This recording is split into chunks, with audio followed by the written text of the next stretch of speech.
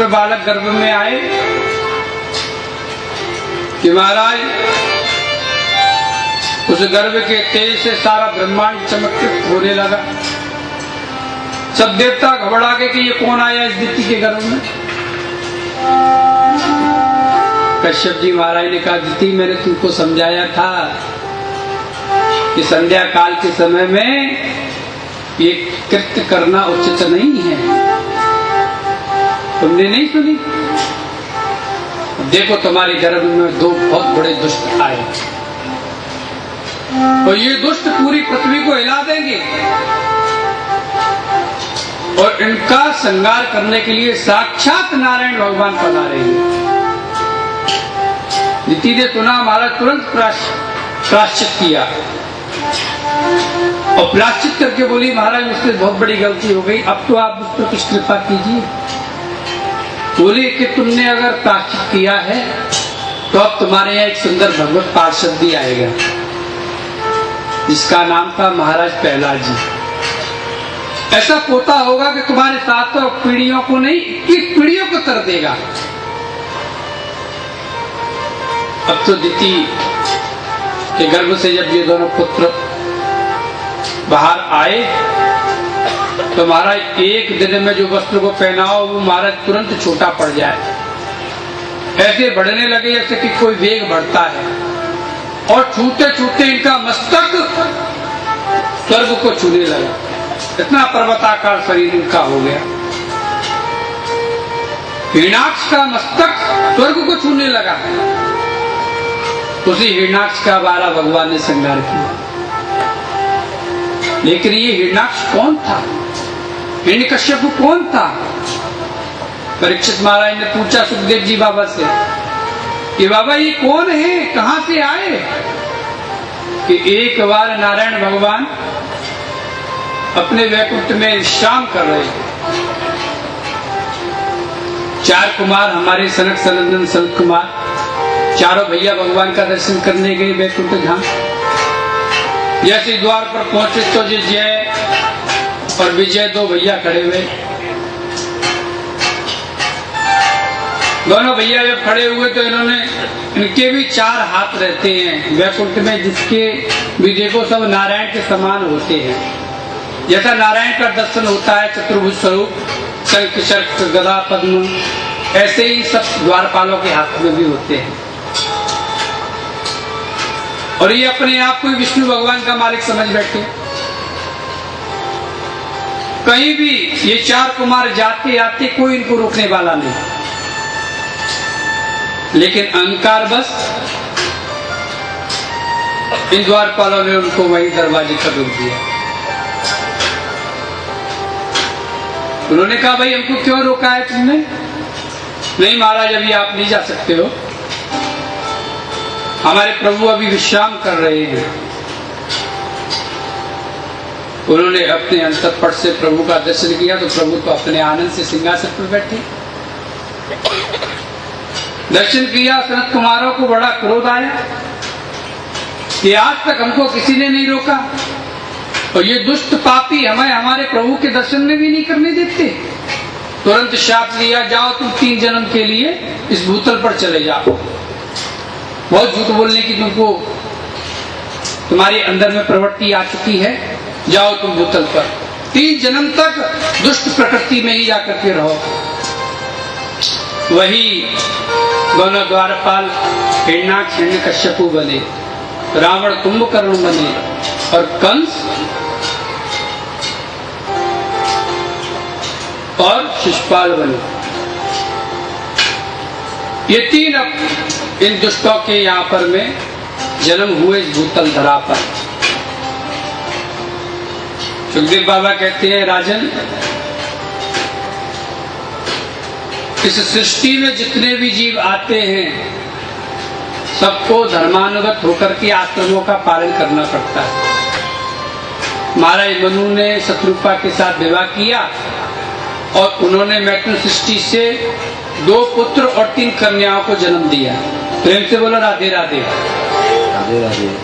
पुत्र हैं उत्तानपाद और प्रियव्रत, पुत्रियां हैं आकुति, देवूति और प्रसूति। लेकिन मैं सबसे पहले तुमको देवहूति के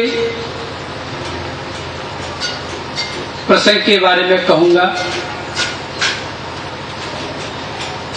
क्योंकि हमारे देश की जो माताएं बहनें हैं वो कोई साधारण माताएं बहनें नहीं, ये अपने में बहुत बड़ी विलक्षण प्रतिभाएं हुई हैं। हमारे यहाँ पर में सबसे पहले हुई माँ देवहूति, मनु महाराज की 3 पुत्रियों में सबसे सर्वश्रेष्ठ, जो देवताओं को पुकारे, जो देवताओं का स्वागत करे, जो देवताओं को आहूत करे।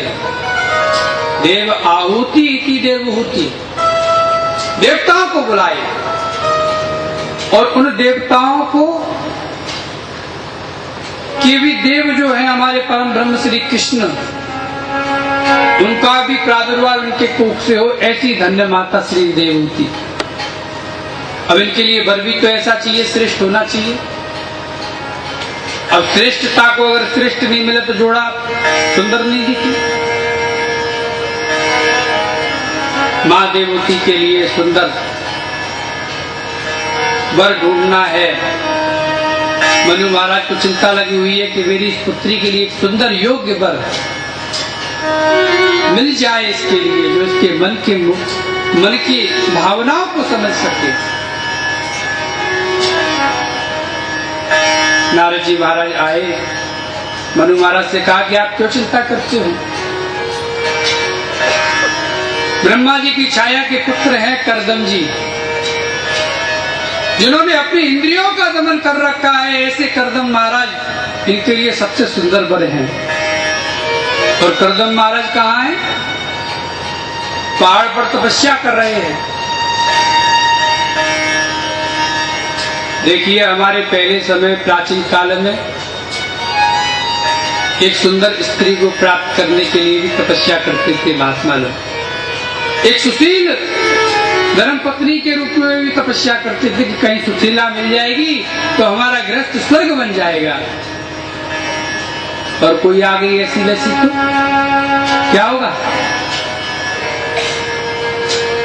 कि आरती करो घर वाली की, आरती करो घर वाली की, तुम आरती करो घर वाली की। एक बार हमारे पास में हमारी कथा का प्रसंग चल रहा था, तो बोले महाराज आजकल की वैसी नहीं है आप जैसी कथा में बोलते हो। मैंने कहा कैसी है? कि आजकल अपनी खुद आरती करवाती है। पहले पतियों की सेवा करती थी, आजकल पतियों को पत्नियों की सेवा करनी पड़ती है। प्रेम से बोलो राधे राधे।